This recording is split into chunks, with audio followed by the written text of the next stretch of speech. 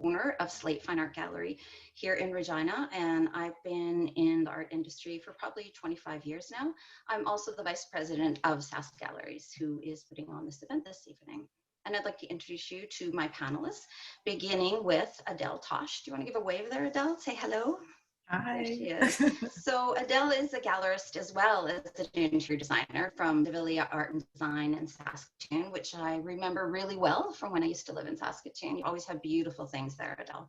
Thank you. So she started her design business coming from Toronto. Is that right, Adele? You Yes. relocated from Toronto to Regina, or to Saskatoon, pardon me.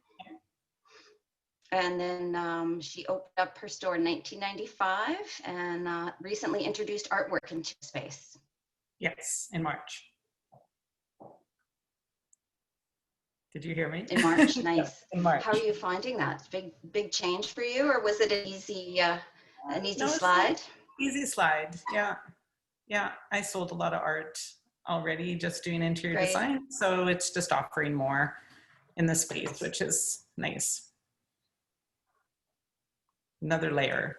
All right, and next we have, well, I look forward to talking to you more about that because you have kind of a two-sided aspect here. You're looking at it from inside the art world and sort of outside from a designer's point of view, which will be great. And I'm also excited to have the point of view of our next panelist, Michael Hamann, who is a professional art installer. Many of you might recognize him. He's always secreted away somewhere in a gallery in Regina or somebody's home, hanging work or taking down work.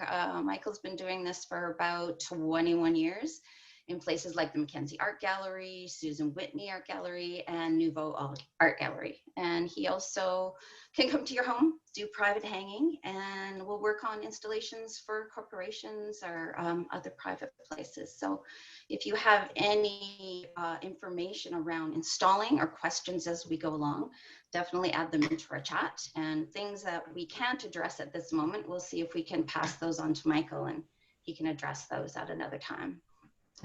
He's got a lot of experience and knowledge. And then our last panelist, you'll see her name there, is Rhonda.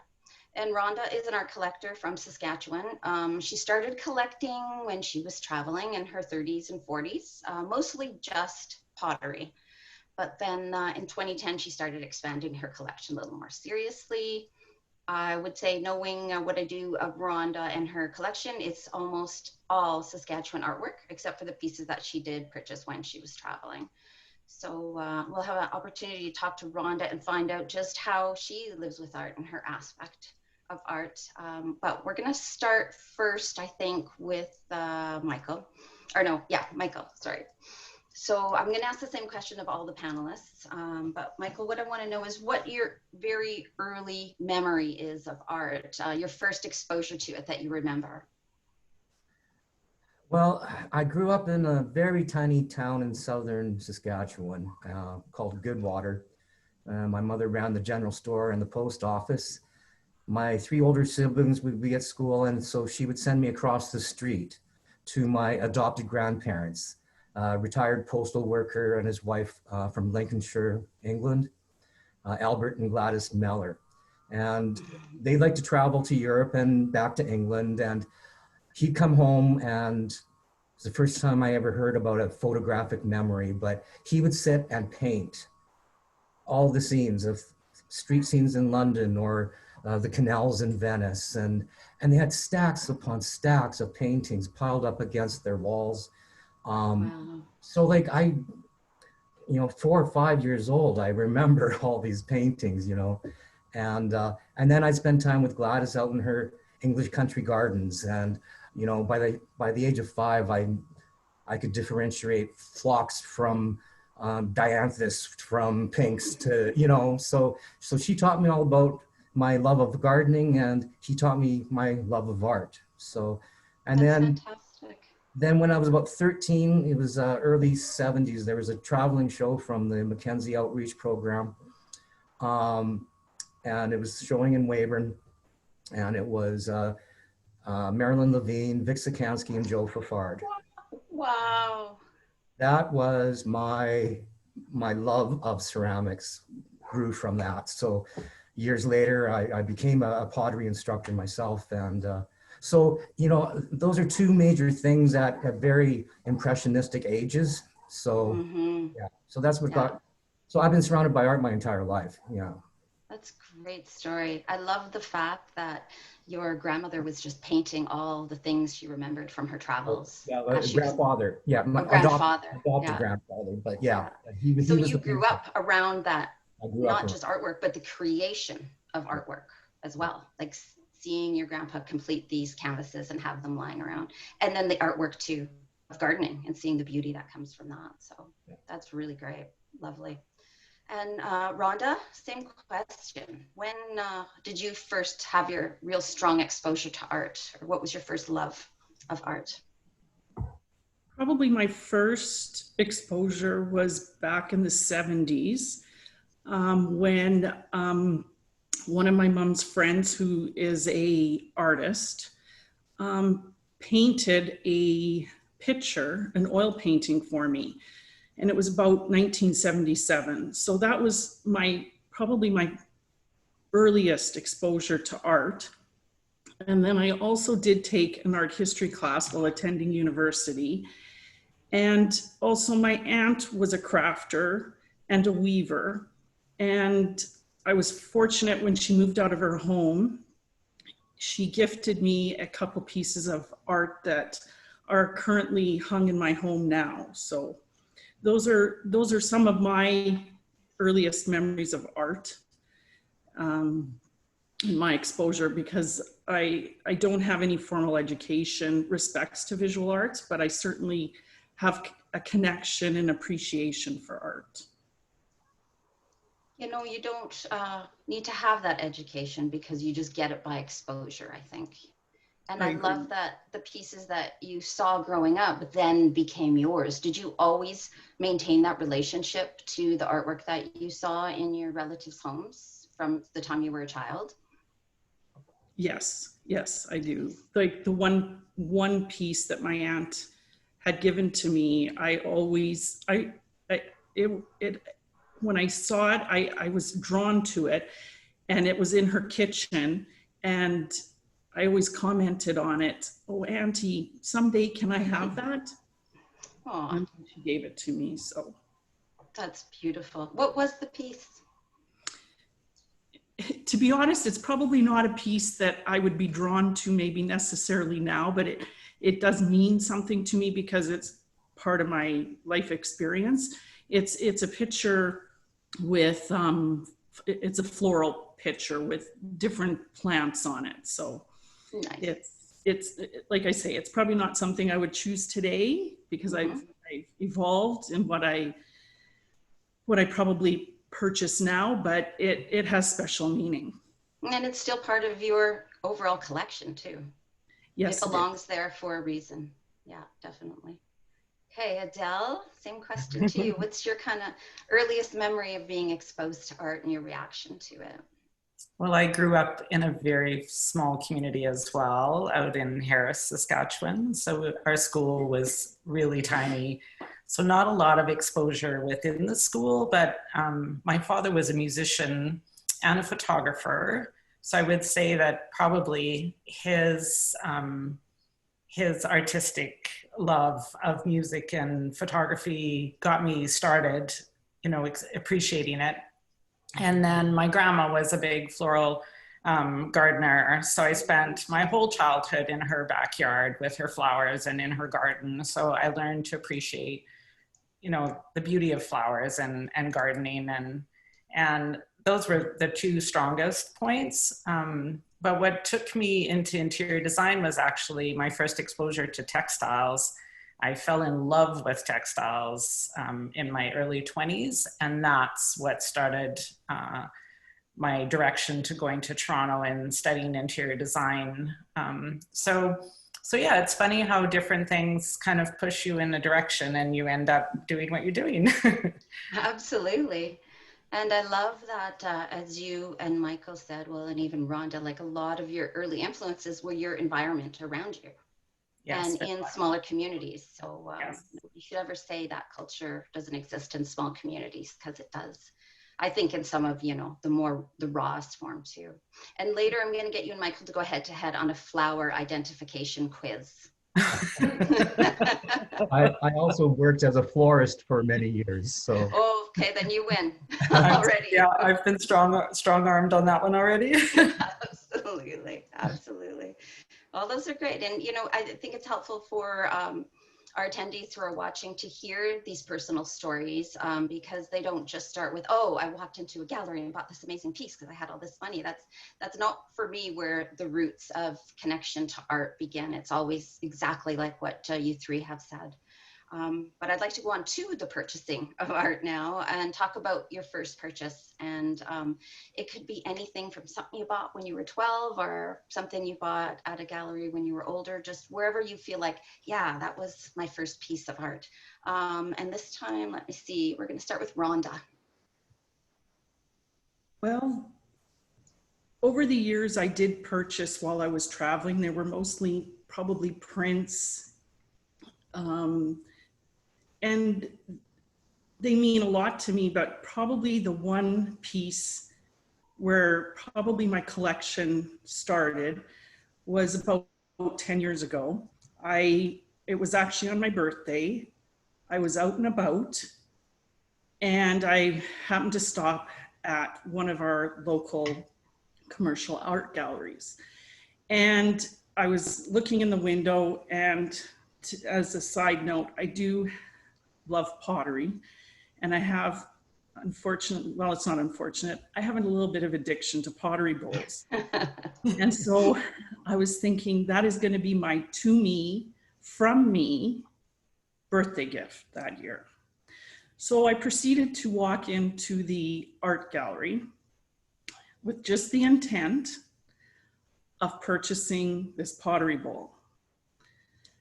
And out of the corner of my eye, I saw a piece that I was just, I was just astonished. I looked at it, like I say, out of the corner of my eye, it caught my eye, and I was just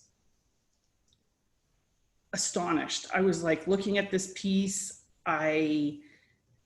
it looked 3D to me. I was just, it's how my love of art started, to be quite honest. I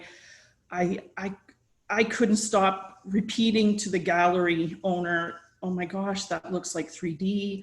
It's beautiful. It looks like, what is it made of? I was just absolutely, for a lack of better words, in love with it. And I purchased it that day. So that is the piece that I really started my collection. As I said, I had no intention on purchasing a piece of art that day, let alone starting a journey in collecting art, but that's how it started. And it, as I'm speaking right now, I can see it. So it means a lot to me. So yeah, we can all see it too. I've just shared it on our screen here. So do you want to give us a descriptor of what it is we're looking at? Sure. Well, I probably will never do it justice. The piece is by Martha Cole. She is a Saskatchewan artist who I believe just lives outside Regina. It's called Cottonwood, and it is from 2009. I had purchased it in 2010. It's about 22 by 22, and it's a digital image on unbleached cotton. And she used, I might not be pronouncing this right, a Setacolor fabric paint and assorted threads. And I'm not sure if the picture that Kimberly has put up does it justice, but it's striking to me. I know when people come into my home, they've looked at it and they're quite taken by it, and especially people who are actually quilters have taken to these. I have 3 of her pieces in my home, and they're quite beautiful. So yeah, it's very lovely. And yeah, at first glance, it's hard to believe that that is fabric. It does. It looks like, you know, an actual tree branch. And you said it's very lovely texture too, which is great. It Thanks is. for that, Rhonda. Thank you. Really great, and great to be able to see that piece. I'm glad. I can even tell just when you're talking about it how you feel. I get really, a little emotional and sentimental, so.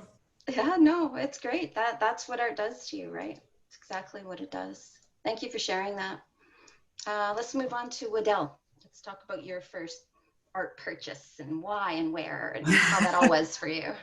So my first art purchase, I was probably 17, maybe 16. We did a French exchange to Quebec City, and we were walking through the streets of Quebec and the old cobblestone areas. And of course, there were all these street artists there.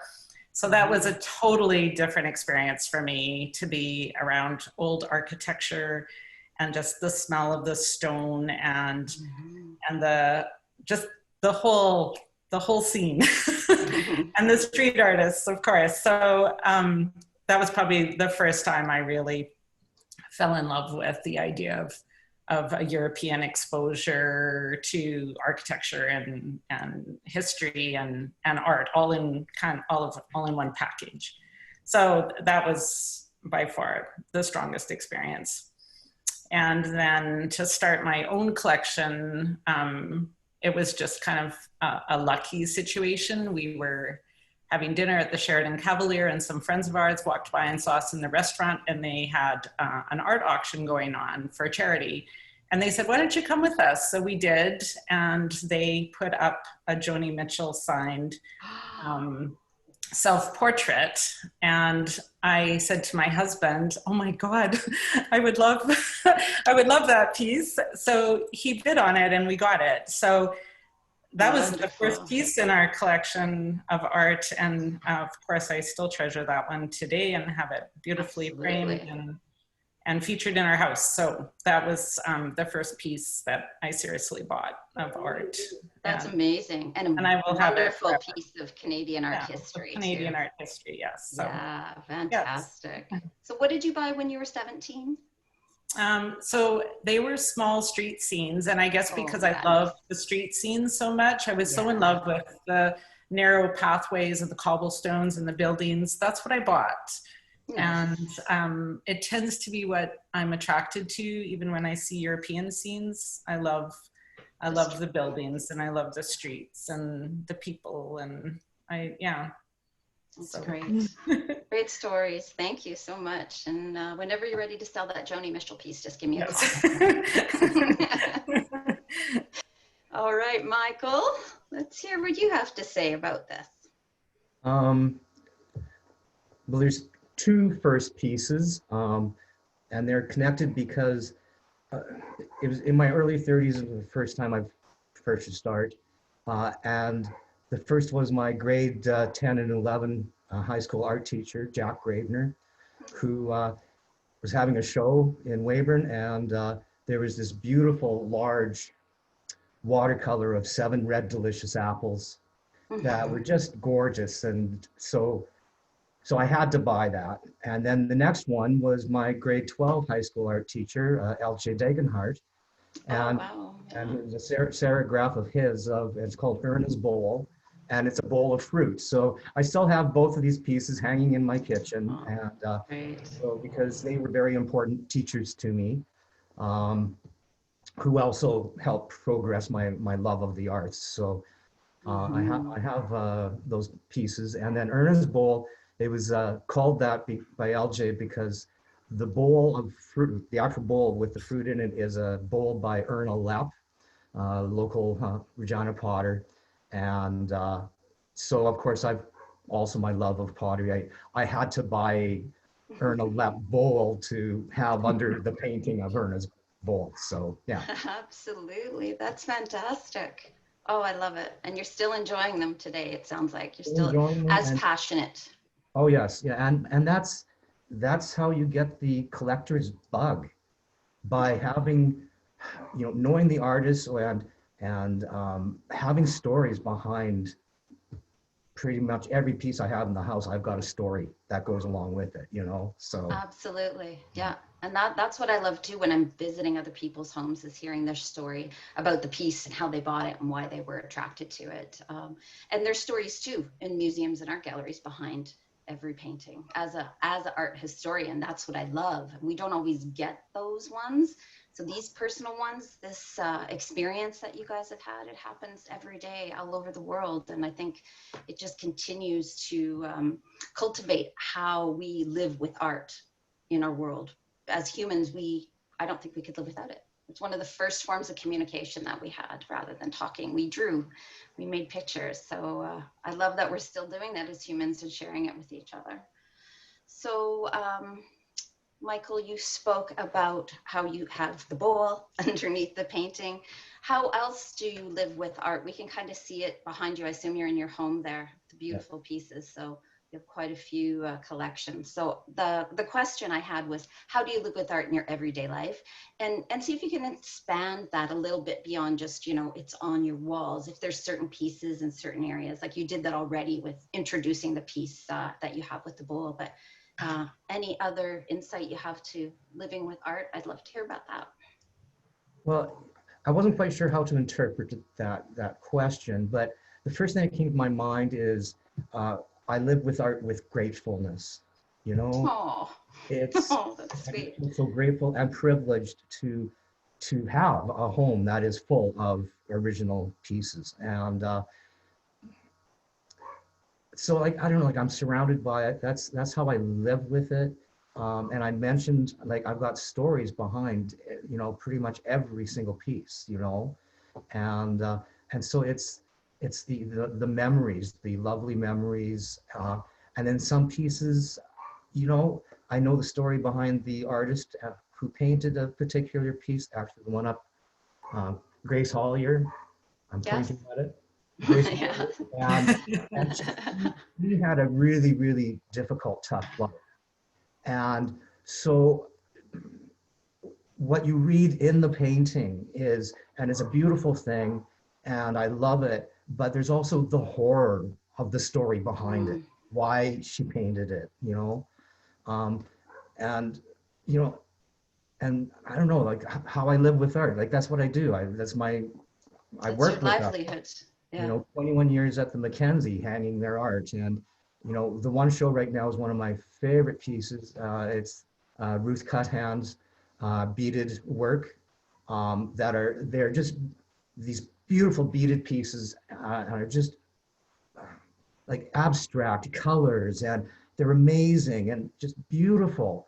And then you see that it's actually the beaded work of the smallpox virus, or the pneumonic plague virus, or she's got a new one of the coronavirus, you know? And so it's the horror of the beauty, or the beauty of the horror Yeah. in these pieces. And so, you know, I don't have a lot of horrific pieces in my collection, you know, but they all have stories, and they all make me feel something every time I look at them. So Yeah.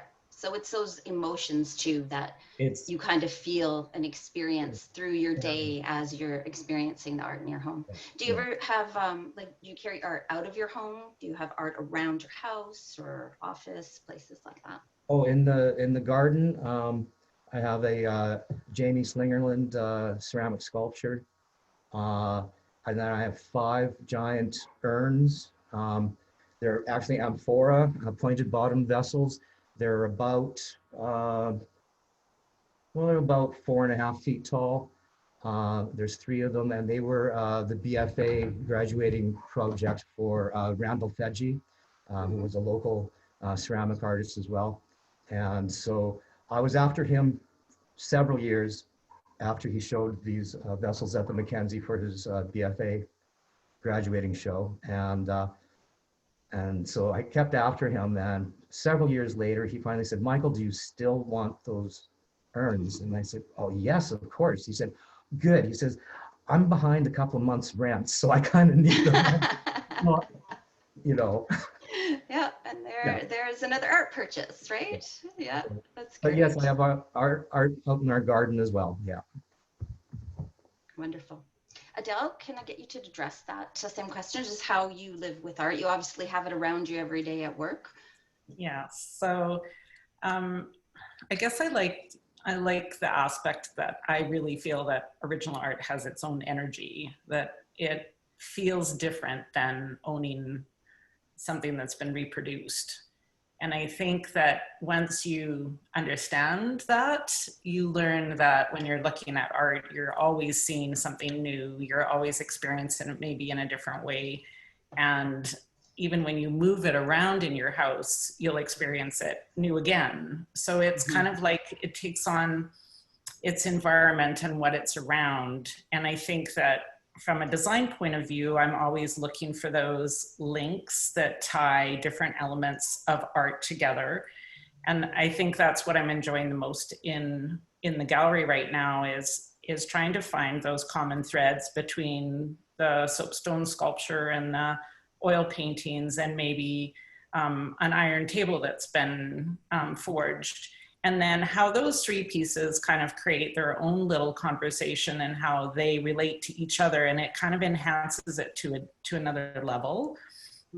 So that's the joy I get around being around art every day is getting those groupings or those little collections to feel like they all belong together. And when people come in, I hope they enjoy the ties that, you know, it's kind of like Michael was saying, he had to have the bowl that was from the painting. Yeah, exactly. Well, there's a little conversation there happening. There's some relationships happening, and it enhances the experience of both pieces by putting them together. So that's what I really enjoy exploring. And when you bring a new piece of art into your existing collection, where is it going to go? Yeah. And what is it going to relate to? And then that changes how you feel about all the other pieces you have, and then they all feel new again. And it doesn't really work that way for things that are mass produced, for products that are just kind of, it's part of our throwaway society, which I think we need to get away from. We need to get away from just purchasing stuff and enjoy what we have in our homes, like what, you know, Rhonda's emotional and Michael's got all these stories to tell. It enhances all our lives. It absolutely and I think that's does. the importance. I think that's what is really important about living with art. So. Well put, well put. And I love how you talked about the stories that are created, the conversations between the pieces. Yes, because Especially they when do you- happen. Yeah, It's they really do interesting. happen, and sometimes unintentionally. I'm sure Yes. Michael can speak to that too when we get more into talking about the nitty-gritties of installation. But yeah, it happens, and it's a magical thing when it does. It really is. And So also, I there liked how you said when you bring your first piece home, then you have to move everything else around and figure out where it goes. But that gives it all new life again. But they're kind of your friends. Like, I'm just listening to Michael again talking. It's like his art is like, they're like his friends. They're like his companions. So when you're in your home with them, they enrich how you feel in your life. And again, I'm going to go back to mass-produced pieces. You don't feel that way always about them. You know, you don't get that connection to them. So, Right. so yeah. Yeah, I love that. Yay for original art. You know, it's lovely to see that people do want to have art in their home and do buy reproductions for that purpose. But I think we need to let people understand more the difference between this is a reproduction of original piece of art, and then this is just colors, or, you know, it's just a design aspect that they're buying. Like when I see people leaving like winners with those big canvases, and I'm like, oh, put that down, you can get something better, you know, something that has those stories that you've been talking about, and just make it a much more of something that can influence their everyday life by walking by it, rather than just being, you know, oh, that matches the couch, or that goes with this. So I think there's still more educating to do on that, but from what I'm hearing from all of you, once you get that, once you have that understanding of original art, it doesn't go away. The stories stick with you and they're there, which is really great. All right, let's see, where are we? Rhonda, how do you live with original art in your everyday life? Well, it's everywhere in my home, absolutely everywhere. Yeah, I have it in my bathroom. Mhm. I have it in Great. my walk-in closet. I have it in my laundry room, and essentially have it everywhere. So That's fantastic. yeah, I'm sure not many people have art in their walk-in closet, but I do. No, that's the first I've heard. Have you seen that before, Michael? Oh, Michael, do you have it yourself, Michael? Walk-in Yeah. closet, laundry room, everything, every place Rhonda listed. Yeah. Yeah. Yeah. Yeah, I think some of those places are often overlooked. Like Rhonda, your choice to hang work in your walk-in closet or your bathroom, was that by necessity or was it influenced by the piece itself that you had? Well, I think it was, I have quite a few pieces. I'm not sure where they're all going to go. And they just expanded into other rooms.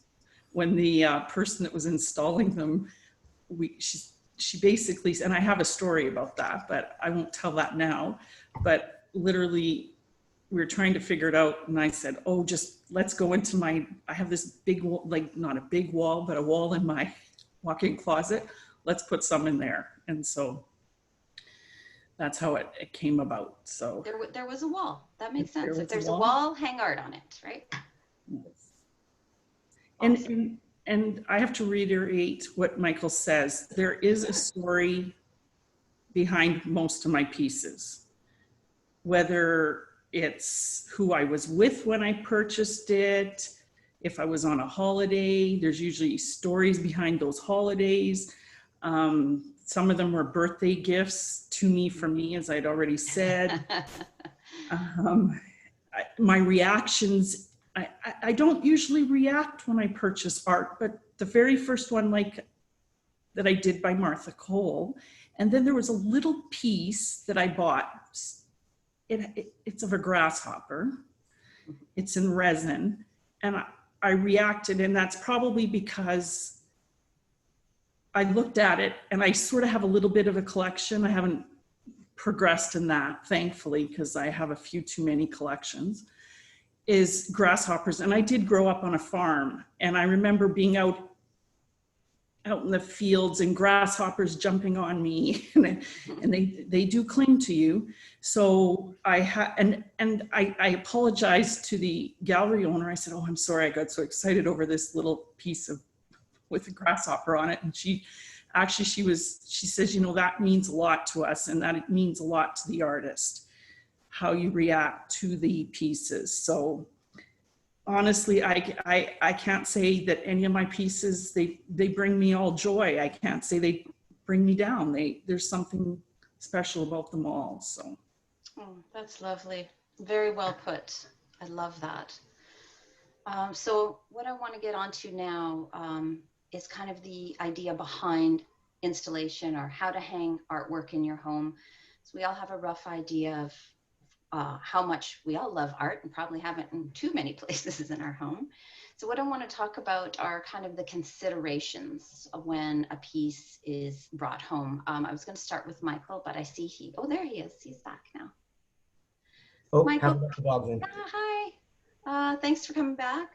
I was going to start off this section talking about installing an installation and was hoping to start with you and your insights about some of the first things to consider once you found that piece of artwork that moves you and you fall in love with and you're bringing it home or taking it to your workplace to install. What are some of the first things that need to be considered? Well, one thing is environmental, and if there works on paper, paper works, don't hang them close to windows because light's going to bleach them out, so there's always, what kind of natural light, what direction is it coming from into your office or, wherever you're wanting to hang. So, acrylics and oils are pretty tough, but yeah, any works on paper are not good with light. Most people, when they buy something for their home, they pretty much know that they're specifically buying it for over the couch or, that sort of thing. But when I go into people's homes and, arrange their artwork for them, I talk to them and, find out, how they, like it and what kind of groupings I see. And for me, one place that's important is at the wall across from the foot of your bed, because that's the first thing you're going to see when you wake up in the morning, and so it has to be something you truly love, so when I'm hanging in somebody's bedroom, it's like, that's one of the things I say is like, okay, like I can see this piece on this wall, but do you want to wake up to it every morning, and they said, oh, actually I hadn't thought of that, or yeah, I love that piece, that'd be great. One of the more difficult places I don't like to hang is over somebody's headboard, because that means I feel uncomfortable standing on people's beds. And stairwells are horrible places to hang, Yeah, so I was kind of cringe when somebody wants something done in a stairwell, but hanging in people's homes, quite often they just let me go for it and do what I want, but quite often when people buy a new piece, they pretty much know exactly where they want it to. Yeah, awesome. So the first thing you mentioned was light, the natural lighting. What about any artificial lighting in the home too? Well, not a lot of homes have track lighting that they can actually, spotlight a particular piece. So, I mean, you just go with whatever lighting you have, really. When we remodeled our home, I had a lot of track lighting put in because it's just, I knew my walls were going to be covered with art, So, but not everybody has that. But yeah, it's just natural light coming through the windows. An artificial light really shouldn't damage it. So exactly.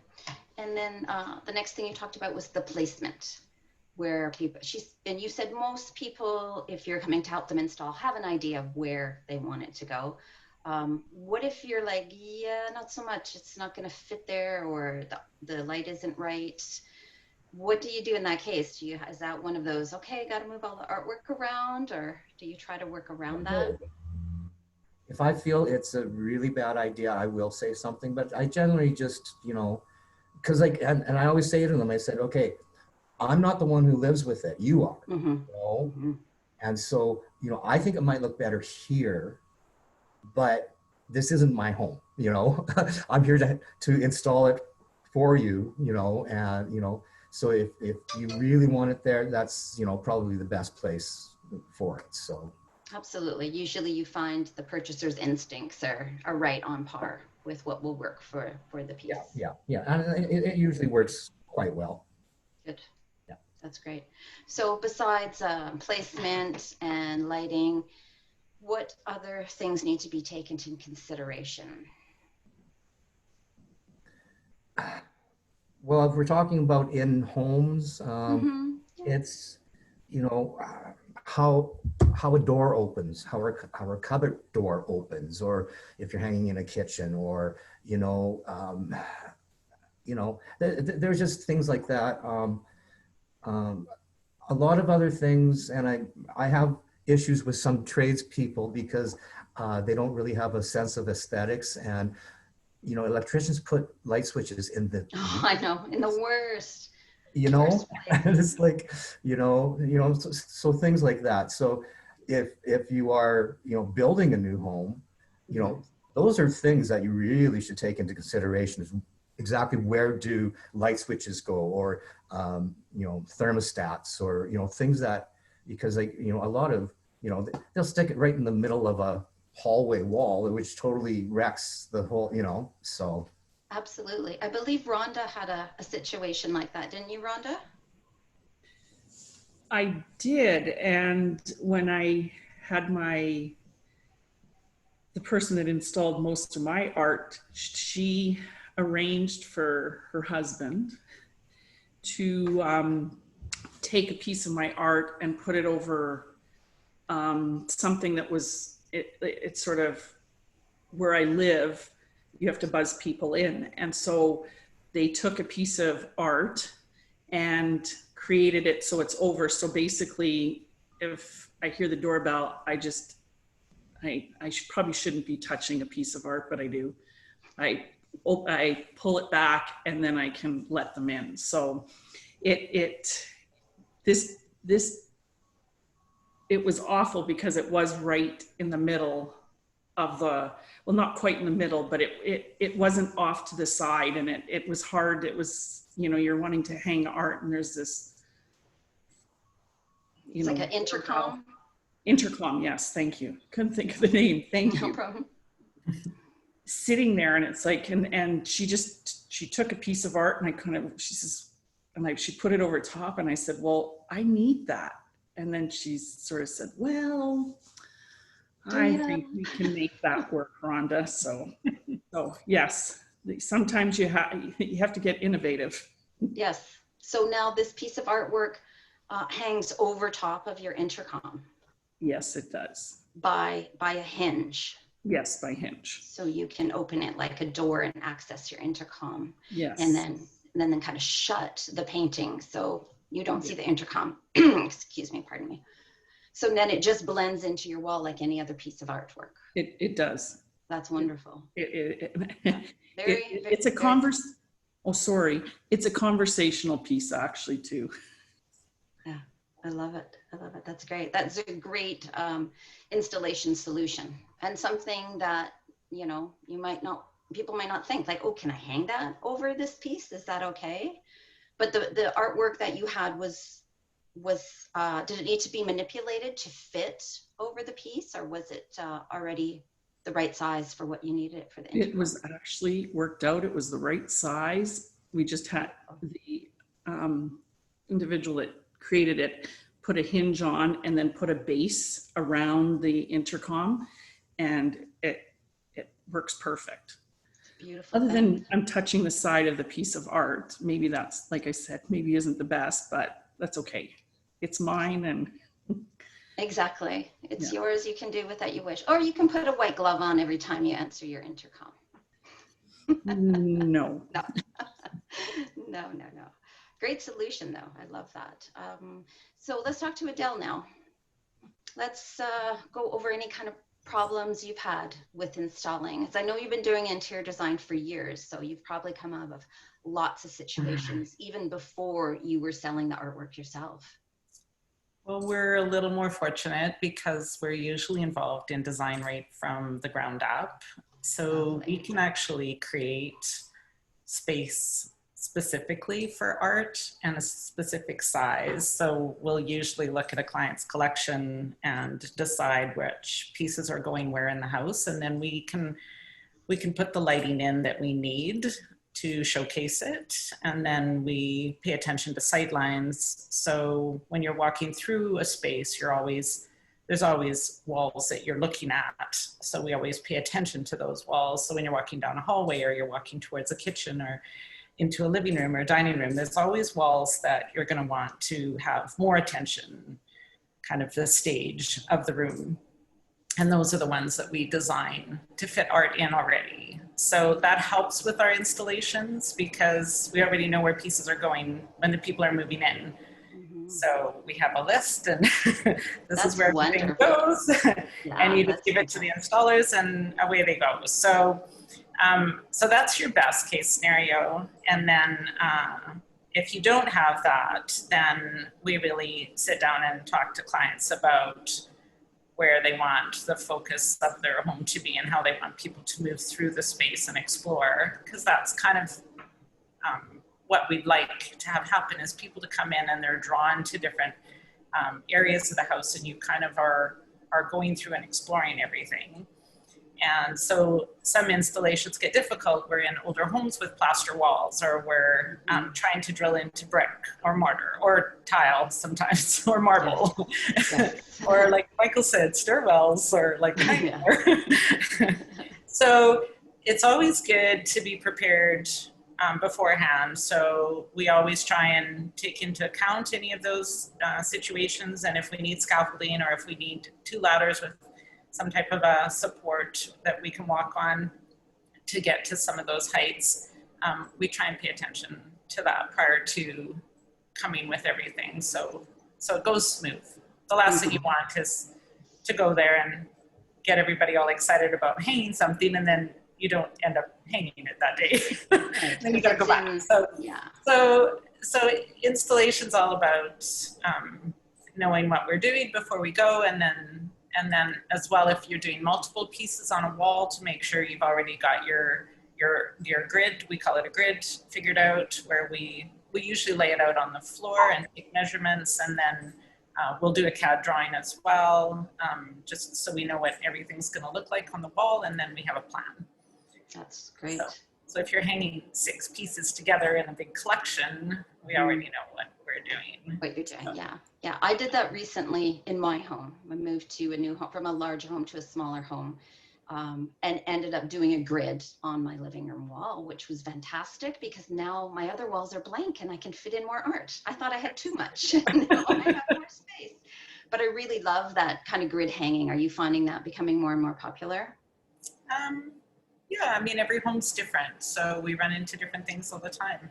A lot of art's done in series now. We just did an installation in the store. We just posted on Facebook where we have 6 acrylic originals that are all hung about 2 inches apart, and they're mounted with 4 little mounting brackets. So you got 6 pieces with 4 each. So there's a lot of it's a lot of holes going in the wall.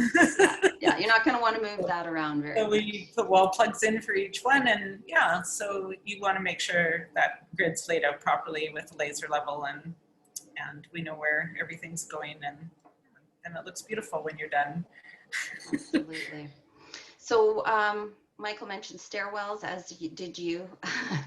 Though that's obviously a big obstacle when it comes to installation. Any other obstacles that people might not consider that are something to look out for when you're looking to install artwork in your home?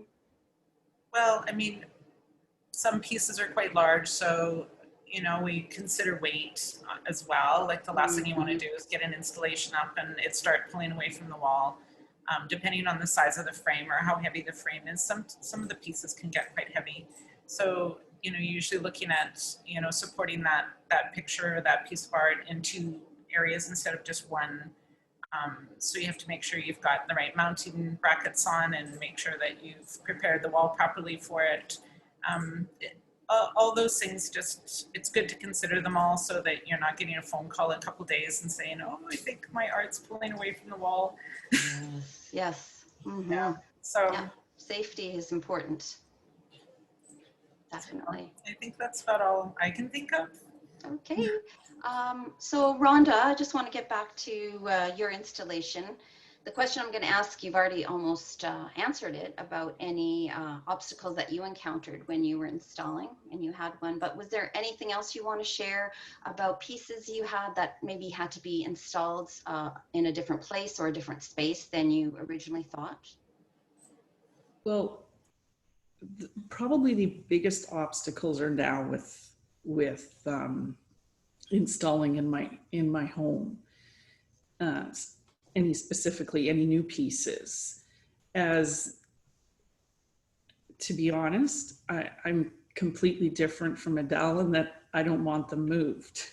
So it's very difficult for the installer to come in my home and go, so could we maybe move this one? And I'm thinking, no, you can't do that. And they're like, to be honest, it's not an obstacle for me. It's more the obstacle for the installer because they have to get creative and figure out another place for it. So to be honest, when I first had all my art installed, I had moved into my home and lived with blank walls for about 2 years, and then had the artwork, and I can tell you more about that, had it installed, and it was relatively easy. Well, it was easy for me, maybe not the installer, because they had to come up with the groupings, etc., with my very, very eclectic art that I have.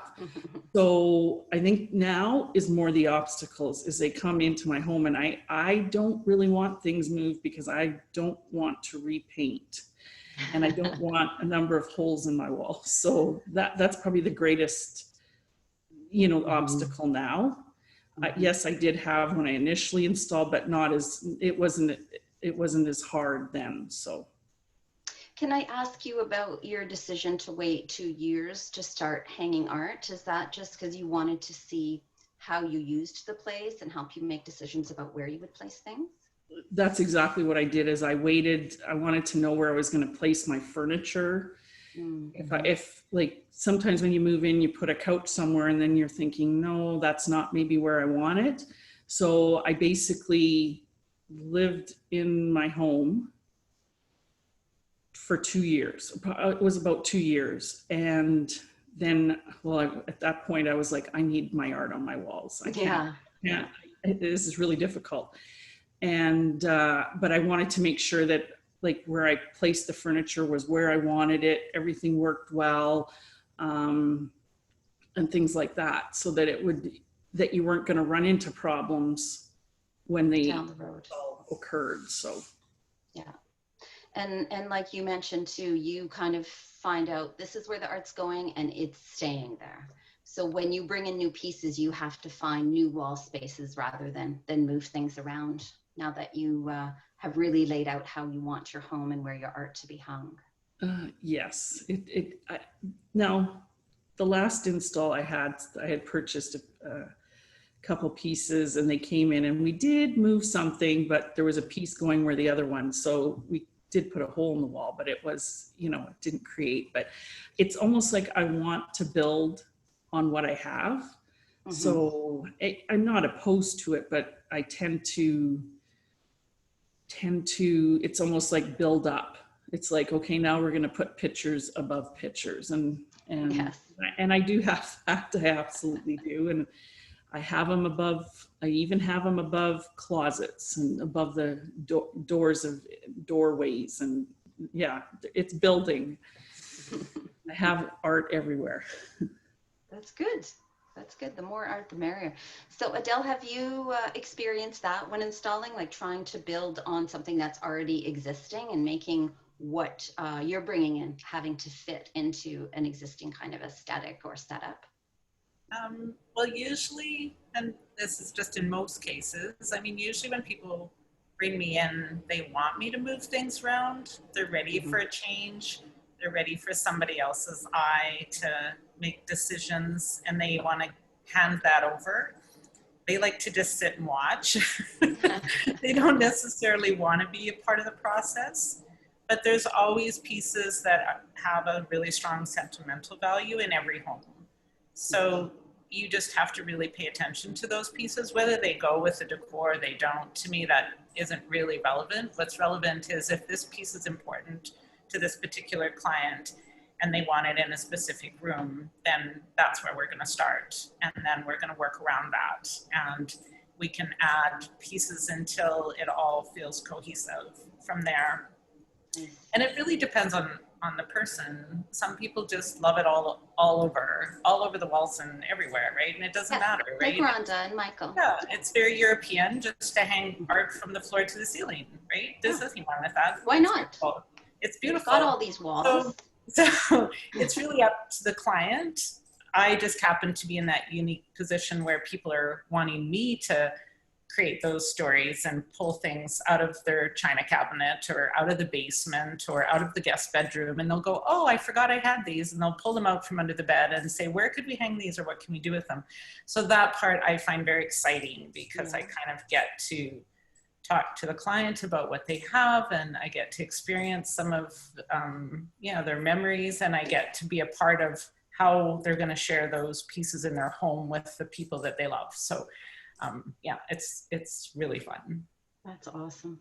I love that.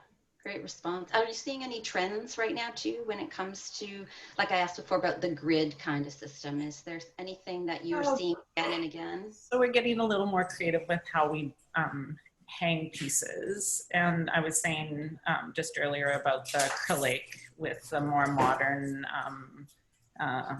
fasteners that go to the wall. The acrylic's actually spaced off the wall, so it's floating.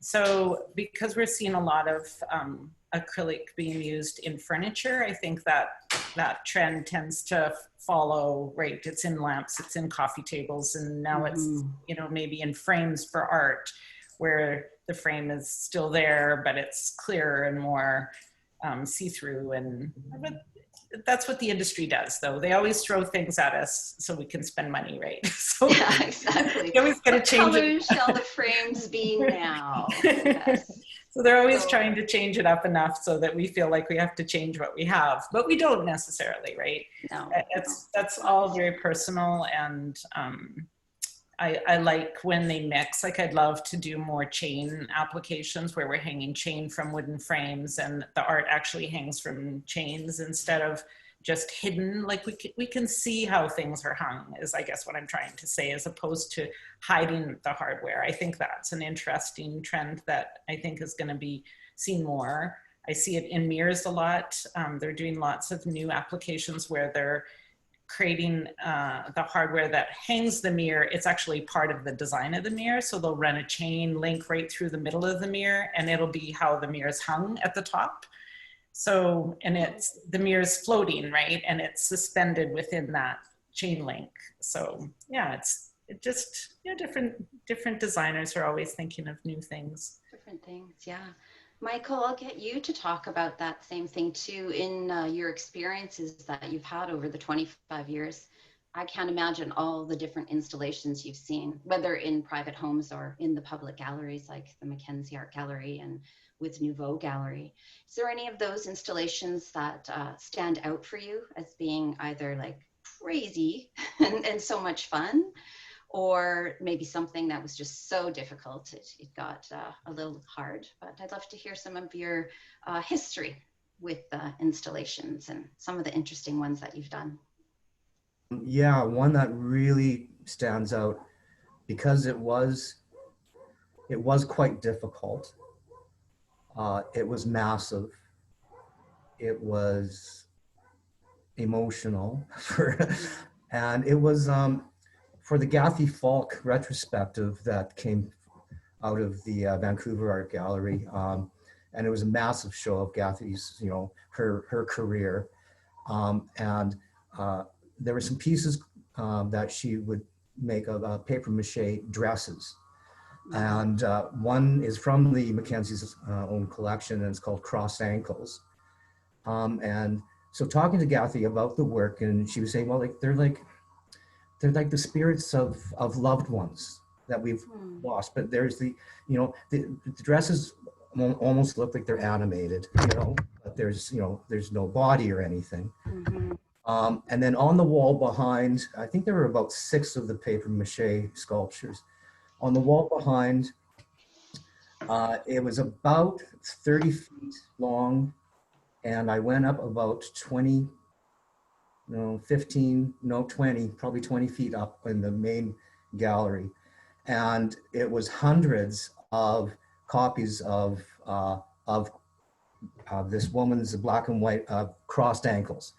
So she was wearing a dress, but you just saw the crossed ankles. Just the ankles, yeah. And they were all black and white, printed on Mylar, hundreds of these things. They were about 10 by 12, and they were all attached by pins. And so we'd have to get like the laser levels out, and I went from floor 20 feet up, 40 feet across. I don't know how many hundreds of these things were being put in. And it was during the installation of that I got a phone call. This is days before everybody had cell phones. Nobody had cell phones. And I got a phone call from my cousin that my aunt had just passed away.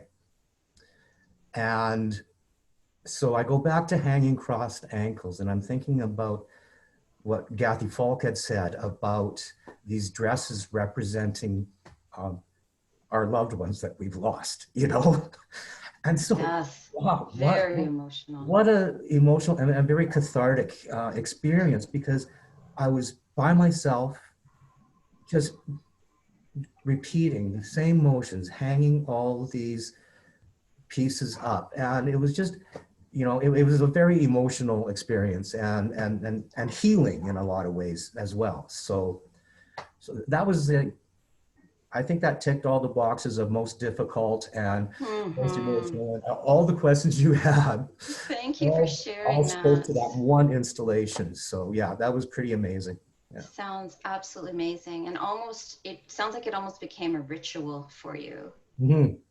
Yeah, just performing that act, hearing of, just yeah. repetitive, you know, over and over and over, and then thinking about my aunt who just died, you know. So yeah, no, it Wow. an amazing experience. Yeah. Very amazing. Thank you. So there's some therapy that happens when you're installing art sometimes, eh? Totally. Yeah. You know, I mean, I find art very emotional, you know. It is. Yeah. You know, and you know, there are reasons why you love it, or it triggers something in you, or you know, and so it goes along with the stories. And so installing is the same thing, you know. Mm-hmm. Yeah. But as an installer, you have to leave that work behind. You're setting it up for somebody else in their space. It's their artwork. Have there ever been moments where you're like, I want to take this piece with me? Like, did you become connected to a piece as you were installing it? Well, I mean, I think we're all kind of covetousness Oh, of course. at Yes. times, you know. But yeah, no, I mean, it's a great pleasure working with private collections, because I get to see works that a lot of people don't get to see in private collections, you know. And so for me, that's the joy in itself. And you know, yes, there have been some amazing pieces that, oh gee, I can't fit this in your place, but I think I've got a space in my wall at home. You know? So, yeah. That's awesome. Adele, I'll ask you the same question. Were you ever doing an install or rearranging and you're like, oh, I wish this piece was mine? Yeah, of course. I mean, we run across beautiful pieces in everyone's homes, and yeah, of course, you always, you know, think, oh, this would be lovely to have, and yeah, of course. I mean, it goes without saying. Yeah, there's so many beautiful things out there. Absolutely. There is, and I guess that's what we all have to remind ourselves is, yeah, there'll be more we can enjoy, and more we'll find, and more we'll see, and not to get too. Not to try and get too attached. Absolutely. Right. I just want to check with Rhonda again. We were talked before about your installation with the your intercom, which I thought was really cool. But was there something else, another piece of artwork or another instance in setting up your space that became an obstacle for you at all? To be honest, there hasn't been too many obstacles. Actually, my first install, I was very fortunate. I had a artist who at the time was a gallery owner, and took my, like I said, took my very eclectic collection that I truly love, and took all the pieces, almost all of them, not all of them, but most of them, and was able to install them all. And so, to be honest, I haven't had a lot of difficulty. There is one in newer homes, and I'm sure the installers can speak to this way better than I can, is that where they place for TVs now, there tend to be placed the plugs in the middle of a wall. And that's really difficult. So I know that that's one of the other obstacles they had, was to put a painting up over one of those plugs. And I actually had the plug for the cable moved down so that it would be easier to hang that piece. But overall, it was such a positive experience. I mean, she had an impeccable eye. She does have an impeccable eye for detail and style. And so she took, like I said, my very eclectic works and put them together. And to be honest, there's a friend of mine who is on a completely, I'm what you call eclectic. I call her matchy, and I what other word to use for that. And she had looked at most of my art before it was installed. And she's like, how is this all going to work together? I said, I don't know. That's for the installer and I to figure out. But I invited her after the first install. Like I said, I had quite a bit. So it took over a couple of years and adding more art.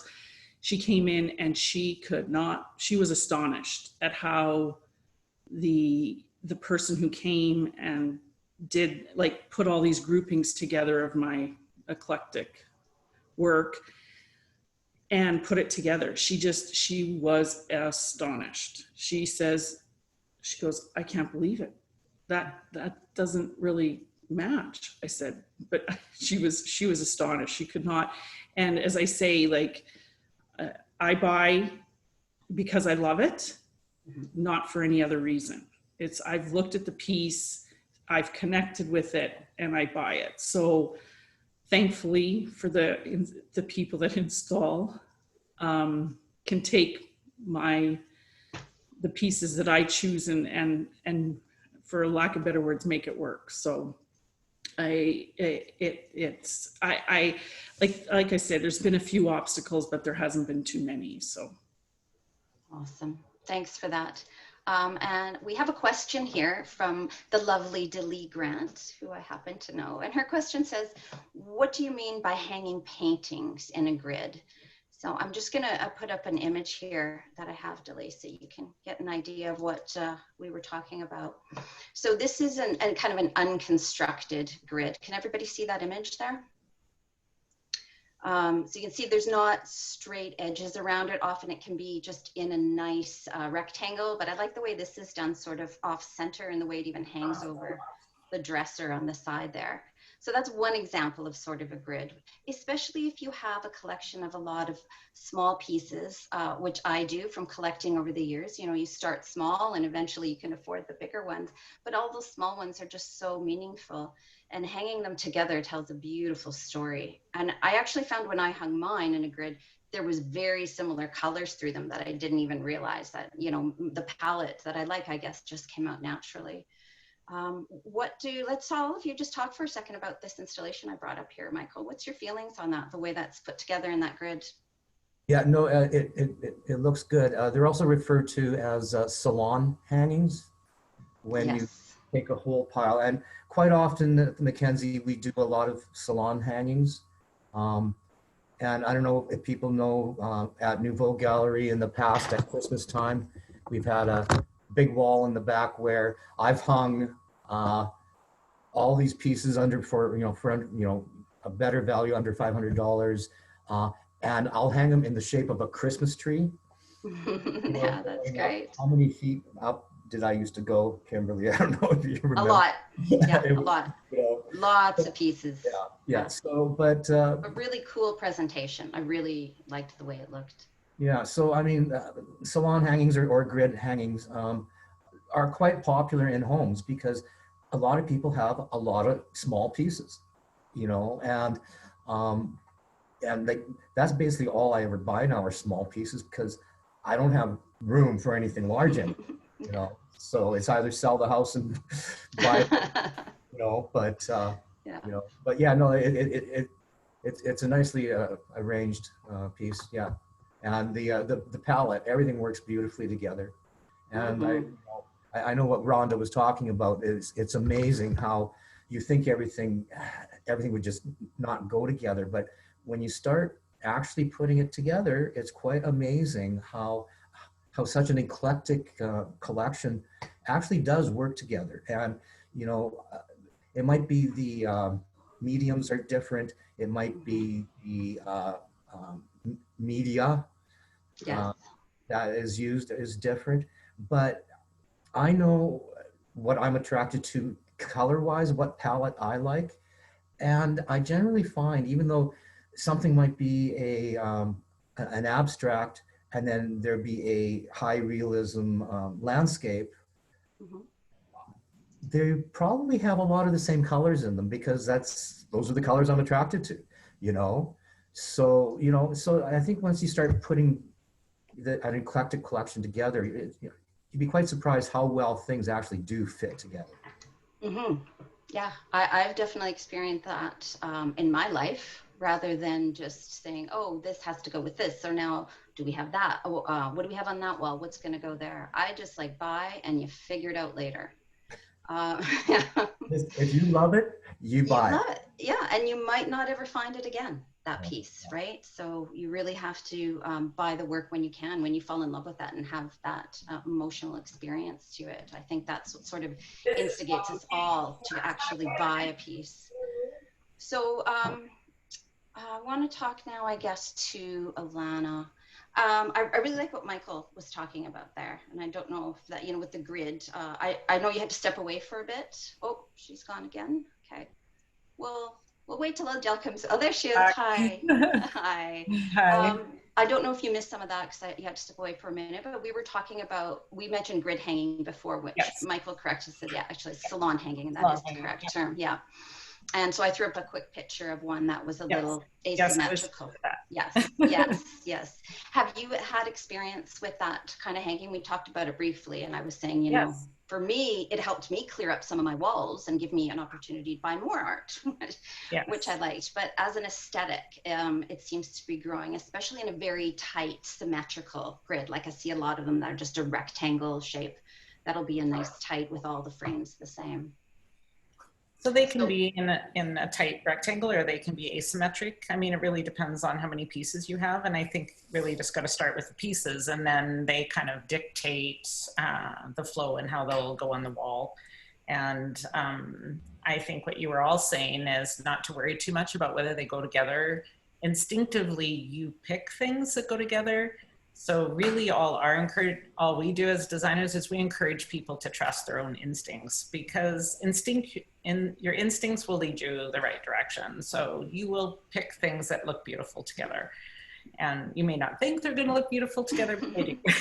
But they will. So you just have to have that courage to just trust yourself and follow what you're you know, what you're attracted to, and what you first find the most interesting is usually what you'll be the most happy with.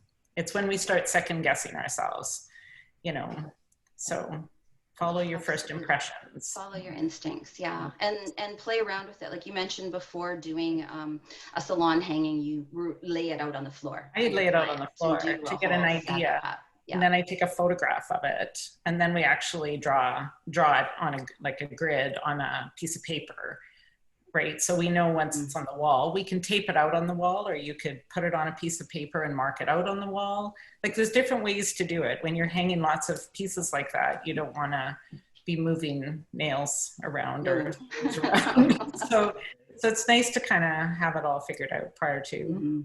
So. Is there any, you were talking as well, Lana, about like different hanging devices and things. Is there anything that you would recommend in particular if you're doing a grid hanging, like stay away from nails and use a different style of fastener?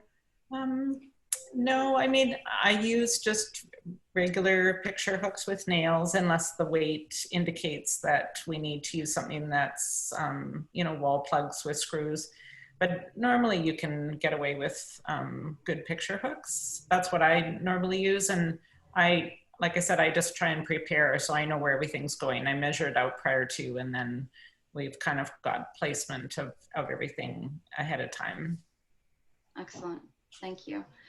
And thanks for the question, Dali. Yeah. Go ahead, Michael. There was something that I was reminded of here when you were saying Adele was saying that you draw it out on a piece of paper. And there was a traveling show, I can't remember what gallery originated it, but it was a Mary Pratt show. And on the one gallery wall was a huge salon hanging.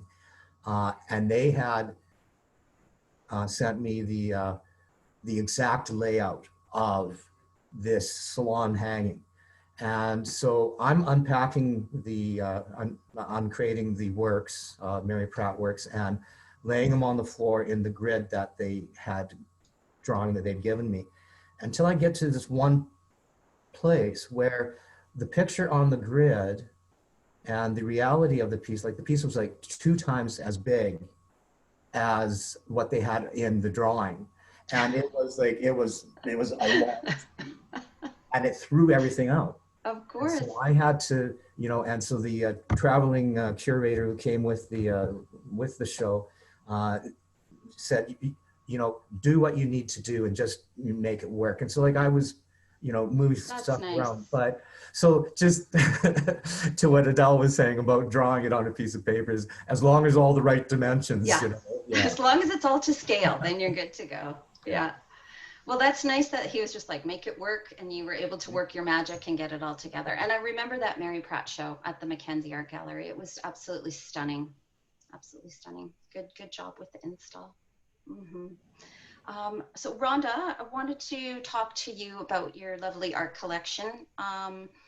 You talked about some different places that you have work installed and how you live with it, but how do you care for that artwork now that you have it installed in your home? And it's, you said you have some hanging above doorways and in your walk-in closet in your bathroom. Do you have any kind of ritual or system that you use to keep your artwork clean and healthy so it can survive for many, many more years?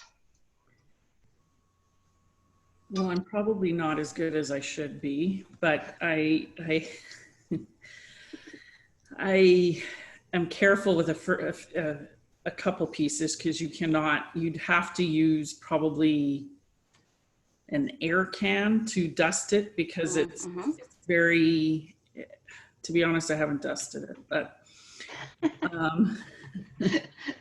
when you're ready. And nobody's allowed to touch it. But yes. With Martha Cole's, the one that you had put up, I have. Yes, the fabric piece. Yeah, I have 3 of her pieces, and you are to vacuum them once a year, and according to the instructions that I received, and put a sort of like a cheesecloth over the attachment, the brush on your vacuum. Now, maybe that's what I was given. I try and do it. I'm not faithful, but I definitely have vacuumed them. Otherwise, the things that used to dust are just plain cloths. I don't really, you're not going to use any harsh chemicals or anything to clean them. But most of mine, they probably should be dusted more often, but they aren't. But I try if there are specific instructions that have been given to me when I buy a piece, then that's what I do. So, and I do ask, like, for example, I do have pieces in my bathrooms, but they're pieces that I specifically asked, can I place this into my bathroom so that it doesn't get damaged? And so I just take the brush on the vacuum and I vacuum those off. But other than that, that's about all I do. There are some pieces that I just use a wet cloth. The pottery, there's a few that I have by Martin Tagseth, and I'll just wipe them down. But just gentle care. Do you find when you are in the mode, when you're cleaning your pieces, is it a way to kind of reconnect with them too, spending time with them again, making sure they're all lovely and well cared for? I'm not, well, interestingly enough, probably not with my own work. I've been helping my mom actually with some dusting for her, and I've noticed when we're dusting her items, she talks about them. I resurrected this out of the basement because your father didn't have this out well, and he's since passed, and so she's resurrected some of these pieces, and she'll talk about it, or she says, oh, this is my favorite piece, as we're dusting. Or she, to be honest, I don't feel I do, but when I'm dusting with my mom, I'm helping her. She does bring up on pieces that she has some figurines, and she talks about them. And so to be honest, I don't know about myself, but I do with my mom and I, when we're dusting some of her things, we've had conversations about pieces of her figurines or pieces that came from my would be my grandparents or great grandparents. So Yeah, that's lovely. She shares the story behind it. I know when I'm like, you know, just cleaning the frames and the glass of my work, I'm taking more time to look at that piece again that I tend to walk by every day. It just, I find it adds, it lets me reconnect with it again, you know, and then I'm like, yeah, I love that piece. It's awesome. Because especially if they're hanging in your home in the same spot for a few years, you get so used to seeing them out of the corner of your eye and being in that spot that you almost don't see them anymore. And I know, Rhonda, you talked about you are not a collector that wants to move her pieces around. Whereas I'm one who likes to move them around because I get to see them again in a whole different light. And luckily my husband does too. I'll come home and all the artwork will be changed around. So I'm like, oh, awesome. But it's always a good thing, I find, to move it around. But I really like that re-engaging with it. And I find I do that when I do cleaning of my artwork. So Adele, any suggestions as all about cleaning and caring for artwork? And then we do have a question about framing from someone who's tuning in. So I'll get to that in a second with Michael. But Adele, I'd like you just to address any concerns or situations or advice you might have about cleaning and caring for your artwork once it's installed in your home. I think you've covered everything as far as care goes. I guess my biggest thing is just to make sure that you do reconnect with it, because you do kind of, when you move through your house all the time and we're all seem to be busy and walk by things all the time, right? We tend to not bring them forward. I mean, we kind of just whiz by them and we don't take that time to pay attention to them. So that's what I think is the most important for caring for them, because that's why they're there. They're there for you to enjoy. So whatever you need to do to reconnect with them, whether it's cleaning, whether it's moving them around, whether it's just having a conversation with someone else about them, or having a dinner party a little more often so everyone can talk about different things in your home, whatever it is that helps you reconnect with them, to me, that's the best cleaning, best maintenance. Yeah, is just I to agree. fall in love with the piece all over again, like you did when you first bought it. So, absolutely. Well so put. to me, yeah. Maintenance for the artwork and maintenance for your soul and your connection to that piece again too. That's great. Okay, and Michael, we're gonna, sorry, Adele, do you have something else to add? I was just gonna say more so now maybe than ever, because we're spending more time in our home. Absolutely. More time than ever in our home. We don't get to travel as much, and yeah, we're in those rooms, so let's enjoy them to the best of their ability. 100%, I agree, absolutely. So Michael, I want to send this question out to you. It's from one of the people who are watching, one of our attendees. Her name's Linda. And it says, what should you do about framing a piece that doesn't come already framed, especially if you're not sure if you will be hanging it in a grouping?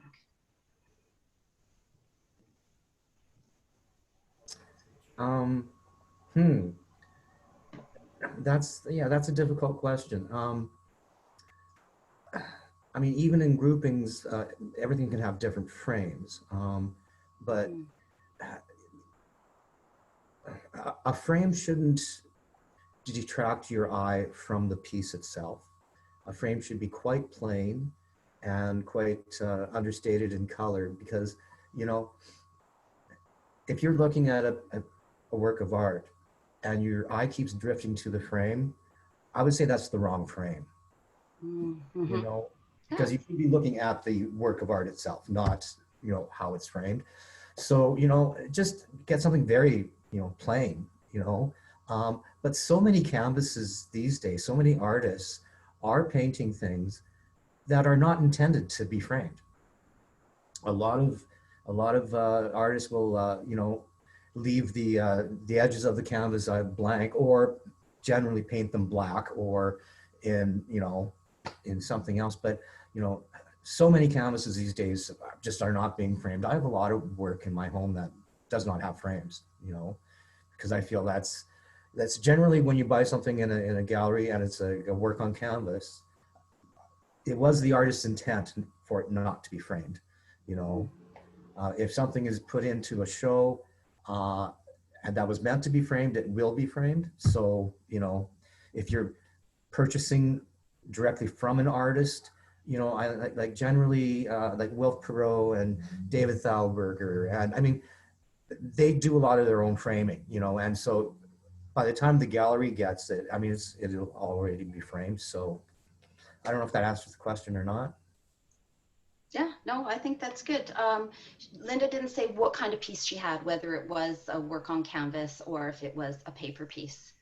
But yeah, she was concerned about the frame. And when we talked about grids, and even that grid or that salon hanging that I showed there, you could see all the frames were different. So like I find when I take something to be framed, I just think about that exact piece and not necessarily the other pieces in my home, but what frame will look best on this piece itself. And then it just all kind of works together because it's in a frame that's complementary to the piece, but it's not overwhelming to it. No matter where you hang it or what you hang it with, it will totally work. Like I'm looking at that piece behind you, Michael, over your fireplace. Mm-hmm. It looks like it has a frame on it, but a very thin one that is not framed at all. It's not framed, no. No, and it's a piece that is covered in acrylic, and so it's very, very high gloss. But yeah, there's no frame on that. There's no frame on any of those. Actually, none of them are framed. So. Well, now that we got on that subject, I have to ask Rhonda. Rhonda, how many of your pieces that you have on canvas have a big traditional frame on them? Are most of them unframed? I have a mix of some that are framed and some that aren't framed. I have quite a few, well, not quite a few. I have a few of Heather Klein's, and Heather Klein's don't tend to have a frame around them. There's only one piece that that would be the most traditional that I have of sort of my major works that I had purchased in Ontario, and it's more of a traditional frame. But otherwise, most of them are pretty simple black frames, and there's a whole mixture of them. So yeah, so a whole mixture of frames. The framing doesn't necessarily have to go together, I guess, unless that's your aesthetic. But I have found for me in the past, just choosing the frame for that particular piece tends to work the best. So I see our time is up already. What? Can we do this again next week? I've got a lot more questions for you guys. And I just want to let you know, somebody commented on the side saying they love hearing your personal stories. So thanks to all of you for sharing them. It's really great to have this insight. And I feel like there's way more we can talk about. But I'm going to give one more question to each of you, starting with Rhonda. It's what is your greatest takeaway from living with art in your home for so many years? I think that as I've aged and evolved, so has my artwork, and that really is okay. Mm-hmm. Because basically the pieces are a reflection of me and my life.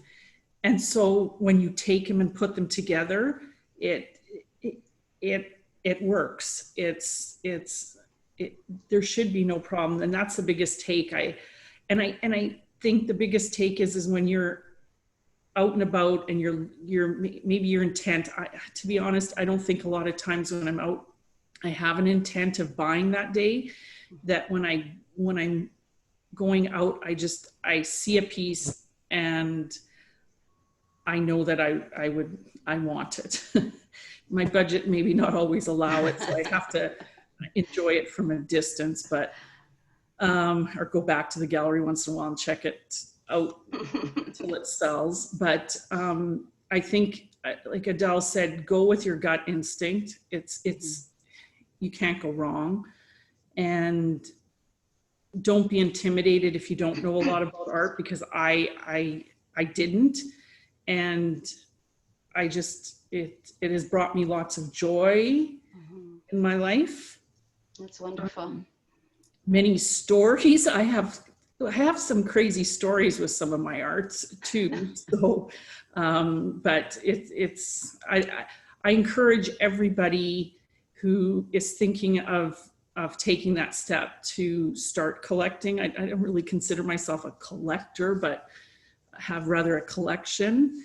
But to just you know, I started out small. Like I said, when I was traveling, you picked up little pieces, and it's grown. And I encourage everybody, if they have any interest, to visit their local galleries or museum, art galleries, commercial or otherwise, and just explore and see what you like. And the world is out there for you to, you know, take those opportunities and go and explore. So, and as I've always said, art is good for the soul. So yeah, that's wonderful. Thanks, Rhonda. Beautiful advice. I really love what you had to say there. Adele? So I guess how I look at art, kind of like music as well, is it's almost like knowing another language. It opens up conversation, and it opens up shared experiences, and it enriches everything you do in your life, especially traveling. So I find when you know a little bit about art, or have bought art, or you've studied art, going to a museum means so much more, or running into a street artist that you think their technique's quite unusual and you have a conversation about it. I just find that art and music do that. They open up your world and open up experiences and enrich your life in a way that a lot of other things, you know, don't. Even books, like I'm just talking art kind of in general, photography, all of it. I think it's important for all of us to bring it into our worlds and enjoy it and share it. That's wonderful. Yeah, and I think as humans, we probably all do enjoy it. There tends to be a block sometimes of how do I get it when I'm home? What piece do I buy? You know, we tend to second guess ourselves. So like Rhonda pointed out too, what you said, just go with your gut. If you love it. And it doesn't matter if it's a small piece. My very, very first piece that I bought in a gallery was, I don't know, $200 or $250. And I still have it in my home. It hangs in my kitchen. I love it. Yeah. I bought it, I don't know, 40 years ago, 35 years ago. Yeah, and it's still giving you that joy. I still love it. Yeah. It's a beautiful piece. That's wonderful, wonderful. Okay, Michael, we'll turn it over to you. Same kind of question. What was your takeaways from being around art, living with art, installing art over the past 25, 30 years? I totally agree with both Rhonda and Adele. I really like what they've said. You know, to me, I think art can be so emotional, and like I always talk about the emotions and the stories, and like sometimes I buy pieces. My sister, eldest sister, loved pansies, and after she passed away, I got a couple of Kathy Bradshaw pansy paintings, and so my sister's with me all the time. Every time I see these paintings, I buy them how many times, you know? She's always there. And so like, for me, that's the emotion. And like, and then, and I know my niece, her daughter, someday after I'm gone, she will get those paintings from me, you know, I'll be passing that on. And when I do buy things now, I mean, I think about mortality, and I buy a piece that I really like, but I know this particular nephew would love this later on, you know? And so, you know, I have to figure out my collection, you know, which of my nieces and nephews get which pieces, you know? And then through COVID, where we're so separated from everybody, and, you know, you can't hug on Zoom, and, you know, and so like a lot of these pieces that I know, like reminded of my sister, reminded of my mother, of L.J. Degenhart, my high school art teacher. I mean, they bring back emotions and memories and hugs from those people. And I know, you know, nieces and nephews who will inherit certain things, I know which piece is theirs already. And so when I see it, well, I think of them, you know? So through this COVID and self-isolation, I'm surrounded by my family through my artwork, you know? That's lovely. So it's just big hugs from art, you know, yeah. I love that. And I love how you talked about the personalization almost that goes into some of your pieces of artwork, looking at that, not just enjoying it for the aesthetics and the beauty of the piece, but that you relate that back to a person in your life whom you love. Yeah. That's wonderful. Well, it's been really great talking to you three today, and I really appreciate you sharing everything. Like I said, there were some nice comments on the side about everybody's personal stories. So let me know when you're all ready to get back together again, and we'll do this again. It's been really fun. So thank you all. I'll sign off for now, and just remind everybody else who's watching that there is going to be another live event coming up. And I'm sorry, I can't remember the time, but you know where to find all the information about the Fine Art Now Fair this weekend. So enjoy this COVID version of it. And hopefully maybe we can do this next year live, have another panel, but in real life. It would be great. Sounds good. Okay, Good. thanks you guys. Thank Have you. a great evening, everybody. You as well.